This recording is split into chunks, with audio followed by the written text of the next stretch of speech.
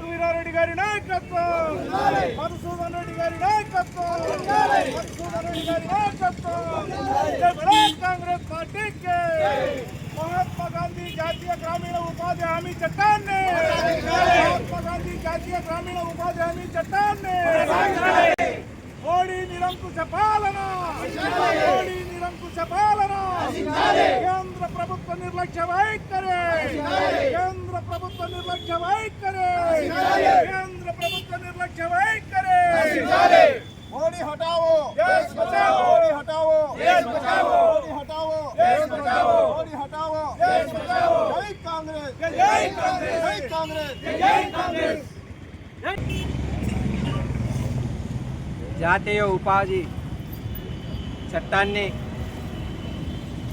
పరిరక్షించాలని చెప్పి మహాత్మా గాంధీ పేరిట 2005 సంవత్సరంలో ఫిబ్రవరి 2న అనంతపురం జిల్లా సింగనమల బండ్లపల్లిలో ఆనాటి ప్రధానమంత్రి మన్మోహన్ సింగ్ గారు, కాంగ్రెస్ పార్టీ నాయకురాలు సోనియా గాంధీ గారు, మరి ఆనాటి ముఖ్యమంత్రి మన ప్రియతమ నాయకులు రాజశేఖర రెడ్డి గారి నేతృత్వంలో మహాత్మా గాంధీ ఉపాధి హామీ చట్టాన్ని ఈ దేశంలో గ్రామీణ ప్రజలకు ముఖ్యంగా పేద ప్రజలకు ఎస్సీ ఎస్టీ మరియు ఉపాధి కార్మికుల కోసం ప్రారంభపడిన ఆ పథకాన్ని ఈరోజు గత 20 సంవత్సరాలుగా అన్ని ప్రభుత్వాలు మరి ఎన్నో రాష్ట్రాల్లోనూ అన్ని గ్రామాల్లోనూ వలసలను ఆపి ఎంతోమంది పేద ప్రజలకు ఆర్థికంగా ఉపయోగపడిన ఆ పథకాన్ని నిర్వీర్యం చేయడానికి ఈరోజు మోడీ గారి ఎన్డీఏ ప్రభుత్వం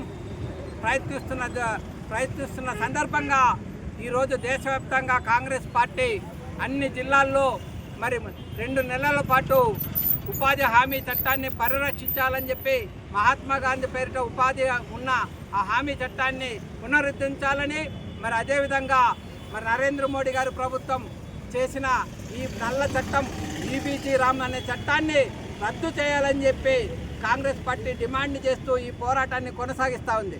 పేద ప్రజలు నష్టపోయే పరిస్థితి ఉందని చెప్పి అందుకే జాతీయ ఉపాధి హామీ చట్టాన్ని మహాత్మా గాంధీ పేరిట ఉన్న ఆ చట్టాన్ని పునరుద్ధరించాలని చెప్పి పేద ప్రజలకు కడుపును కొట్టే నిర్ణయాన్ని వెనుక తీసుకోవాల్సిందిగా కాంగ్రెస్ పార్టీ డిమాండ్ చేస్తూ ఉంది. అదేవిధంగా న్యాయమైన వేతనాలు పొందే హక్కు రెండవది. మరి మీరు ప్రతి ఉపాధి కార్మికుడు ఏడాది పొడవునా 12 డిమాండ్ చేయవచ్చు. కనీస వేతనం ఈరోజు చట్టబద్ధమైన వేతనాన్ని ఈరోజు మరి కాంగ్రెస్ పార్టీ ఉపాధి హామీ చట్టంలో పొందుపరిచింది. ఆ రోజు ఈరోజు పంట కాలంలో మరి ఈరోజు బీజేపీ ప్రభుత్వం రూపొందించిన ఈబీసీ రామ్ చట్టంలో పంట కాలంలో ఏ ఉపాధి కార్మికునికి పని ఉండదు. మరి ఆ పని వలన రైతులు మరీ పేద ప్రజలు తీవ్రంగా నష్టపోయే పరిస్థితి ఉంది. మరియు వలసలు ప్రారంభమయ్యే పరిస్థితి ఉంది. కాబట్టి ఆ ఈబీసీ రామ్ చట్టాన్ని మీరు రద్దు చేసుకోవాల్సిందిగా బీజేపీ ప్రభుత్వాన్ని డిమాండ్ చేస్తాం. ఈరోజు ఈబీసీ రామ్ చట్టంలో 60% మాత్రమే కేంద్రం భరిస్తూ 40% రాష్ట్ర ప్రభుత్వాలపైన భారం మోపే పరిస్థితి ఉంది. కాబట్టి ఇప్పటికే దివాలా తీసిన రాష్ట్ర ప్రభుత్వాలు ఆ ఖర్చును భరించే స్థితిలో లేవు.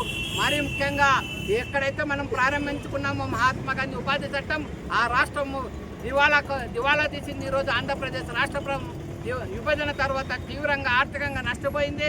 అదేవిధంగా గత 10 సంవత్సరాలుగా ఈ పాలకుల వల్ల అప్పుల ఊపిలో కూరుకుపోయిన ఈ రాష్ట్రం మరీ ఉపాధి హామీ కార్మికుల వేతనాలను చెల్లించే స్థితిలో లేదు. మరి ఈరోజు మోడీ ప్రభుత్వం చెప్తుంది 100 నుంచి 125 రోజులకు మేము పెంచుతామని చెప్పి కేవలం కళ్ళుబొల్లు మాటలేవి. ఇప్పటికి దాదాపు 3 నెలలుగా వేతనాలు మీరు ఉపాధి కార్మికుల వేతనాలు చెల్లించలేదు. చేసిన చట్టాన్ని పునరుద్ధరించాలని చెప్పి అదేవిధంగా మీరు చేసిన ఈ నల్ల చట్టాన్ని వెంటనే రద్దు చేయాలని చెప్పి కాంగ్రెస్ పార్టీ డిమాండ్ చేస్తూ మరి ఈరోజు ఈ నెల రోజులుగా ఉపాధి హామీ కార్మికులను ప్రతి గ్రామంలో కలవడానికి మరి ఉద్యోగస్తులను కలవడానికి కాంగ్రెస్ పార్టీ కార్యకర్తలు నాయకులు ఉపయుక్తులవుతున్నారు. మీ ముందుకు వస్తారు, మీకు జరిగే నష్టాన్ని వివరిస్తారు. ఈ పోరాటంలో మీరు భాగస్వామ్యం కావాల్సిన అవసరాన్ని మీకు చెప్తారు. కాబట్టి ఉపాధి హామీ కార్మికులు, అదేవిధంగా ఉద్యోగస్తులు, అదేవిధంగా వ్యవసాయ కార్మిక సంఘాలు, సిపిఐ సిపిఎం ప్రజా సంఘాలు, పార్టీలు వాళ్ళ ప్రజా సంఘాలు, అదేవిధంగా ఈ రాష్ట్రాన్ని ఏలుతున్న మరి ఈ రాష్ట్రంలో ఉన్న ప్రతిపక్ష పార్టీలు కూడా ఈ అవసరాన్ని గుర్తించి రాష్ట్రపైన తీవ్రమైన ఆర్థిక భారం పడుతుంది కాబట్టి రాష్ట్ర ప్రభుత్వాలు కూడా దీన్ని వ్యతిరేకించాల్సిన అవసరం ఉంది. కాంగ్రెస్ పార్టీకి మద్దతు తెలపాల్సిన అవసరం ఉంది.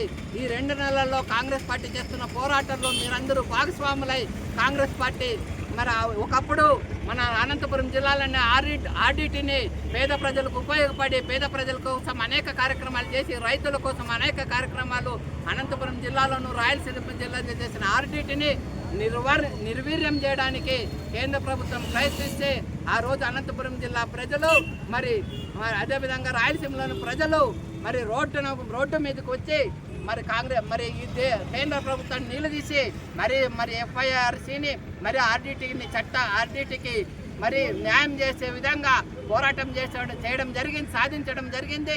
అదేవిధంగా గత కొన్ని సంవత్సరాల క్రితం పంజాబ్ హర్యానాలో